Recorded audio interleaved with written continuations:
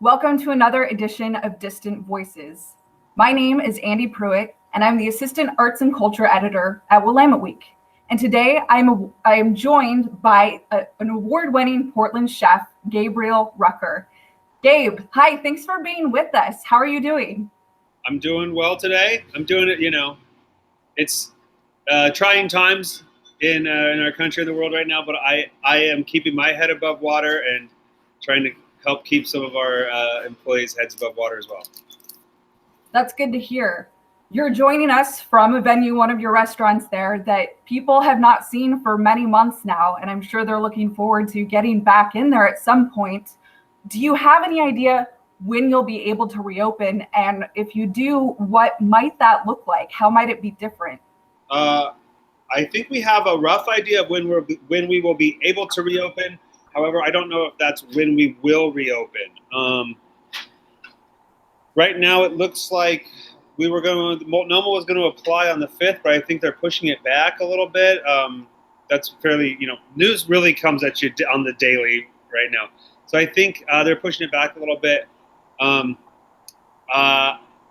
So sometime in July, I would guess that you will have the ability to come and sit down in Le Pigeon and have a meal prepared for you. How that's going to look is very different than it did before March 16th. There'll be actually might look a little bit more like even more upscale fancy restaurant. A lot more space between tables, a lot fewer people. The thing that will be missing is probably the thing that I hold the nearest and dearest to my heart about Le Pigeon is the bustling energy.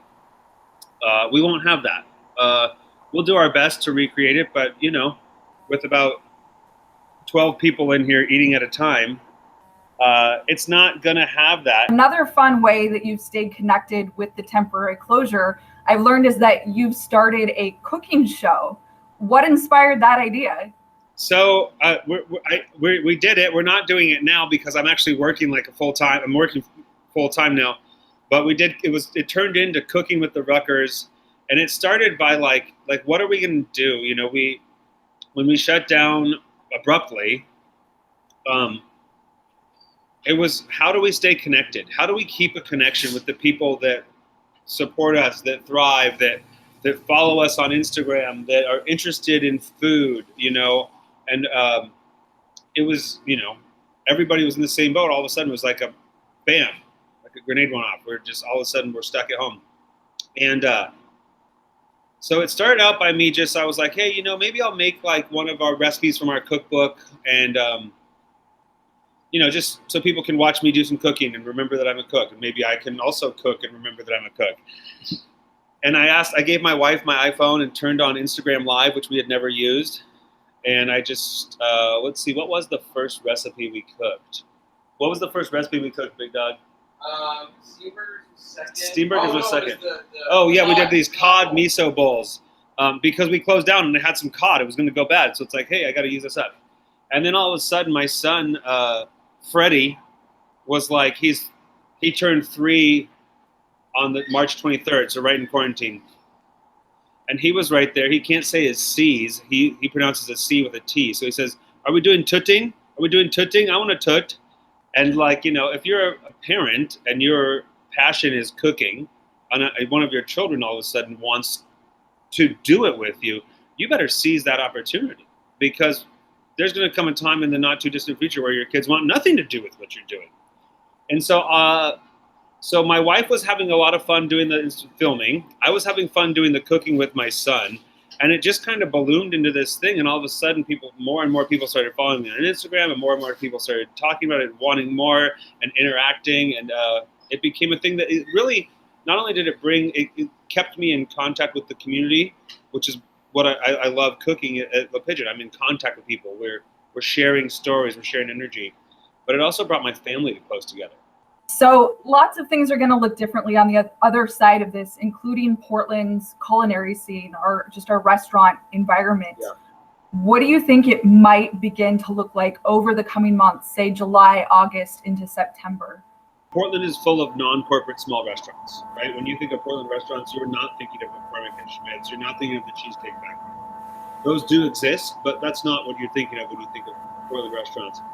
And most Portland restaurants are fairly, DIY mom and pop style ventures without a ton of seating space.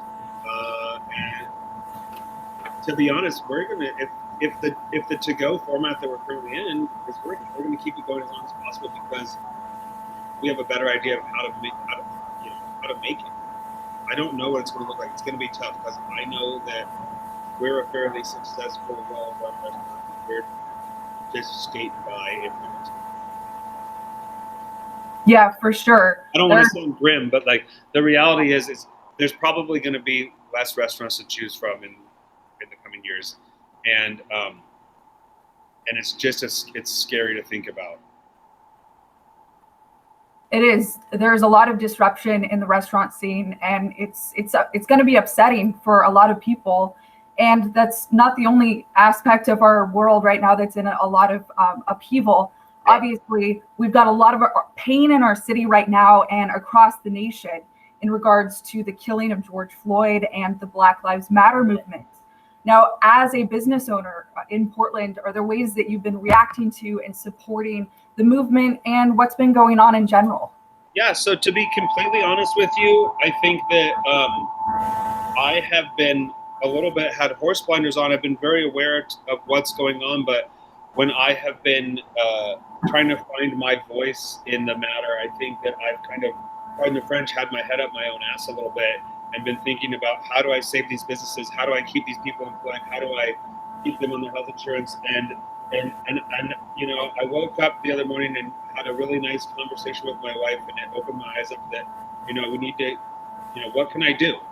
What is my voice? My voice right now isn't going down to the waterfront and standing in solidarity to protest. That's not an option for me right now. Trying to get a babysitter in a quarantine and, bad parenting to bring kids. Talking to my kids, talking to my community. But I came to the realization that right now, the biggest difference that I can make and the difference that I have been able to make my entire professional career is, my love language, the way that I speak to people, the way that my heart comes out is through making food with my hand. And I've been presented with a couple of opportunities to give back when it comes to making food, not just for the Black community, but for the community as a whole. Black, white, hunger doesn't see any color. And people are hungry right now. People are hungry for change, but they're also hungry for food to actually nourish them. So a couple of people that I've been working with is Feed the Masses, Jacob Valentine, and both of these people provide food for the food insecure and for the unsettled people or unsheltered. So Feed the Masses. You go in, I'm going to create a menu. We're going to work. I'm going on Monday morning, create a menu. We're going to make up to 400 meals for people. They can pick up at the Red down in Southeast, which is very close to the restaurants. They can get it dropped off. And also Darius Jones, who works with the Catholic Charities, and Wishbone. And they cook out of the St. Francis Church and the Blanchett House. And they cook up to 15,000 meals a week for people. And we'll end with this. What have you missed the most in the 2+ months that you haven't been able to be in the kitchen and interact with diners and all of that goes with owning and running a restaurant? Well, I would say before the last month or so, I would say the camaraderie of work, because now we are back at work and we do have some people back at work. But I think what I miss most is the lightheartedness. The way I ran my kitchen wasn't like a Gordon Ramsay Hell's Kitchen yelling.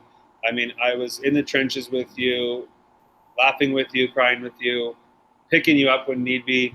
And right now, things just feel a little bit heavier, and it's hard to see the light at the end of the tunnel there. Like we're clawing and scraping and trying to make things work. And there's, the restaurant that we're trying to save. There's, the social equality that we're trying to promote. There's everything in the world happening. And so what I miss the most is the feeling of lightheartedness. And, one day, hopefully we'll get back to that. Things things happen, things change. Hopefully we come out of this stronger than before.